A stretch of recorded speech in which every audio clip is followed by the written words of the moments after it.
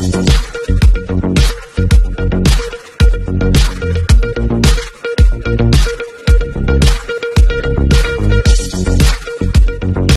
కుంటలోకి car తీసుకెళ్లడంతో ఒకరి మృతి చెందిన ఘటన వేల్పూర్ మండలం పోచంపల్లి శివారులో సోమవారం చోటు చేసుకుంది. స్థానికులు తెలిపిన వివరాల ప్రకారం పగడల గ్రామానికి చెందిన రైతు గాదేపల్లి రమేష్ పోచంపల్లిలోని తన పొలం పనుల నిమిత్తం కూలీలను తీసుకుని కారులో వెళ్లాడు. పొలం వద్ద వారిని దింపి కారును రివర్స్ తీసుకునే సమయంలో అదుపు తప్పి నీటి కుంటలోకి దూసుకువెళ్లింది. కారు నీటిలో మునిగిపోవడంతో రమేష్ మృతి చెందాడు. వేల్పూర్ ఎస్ఐ వినయ్ సంఘటన స్థలానికి చేరుకుని గజ ఈతగాళ్ల సహాయంతో కారు బయటికి తీశారు.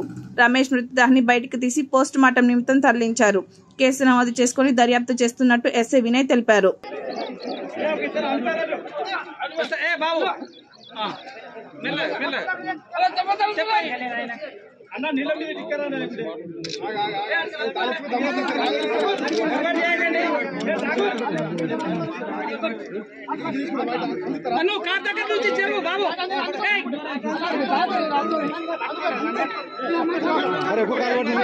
ఇంకో కాలు పట్టురే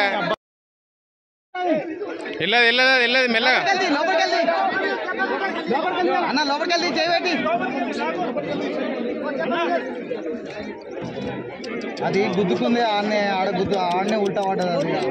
అది ఏం కాదు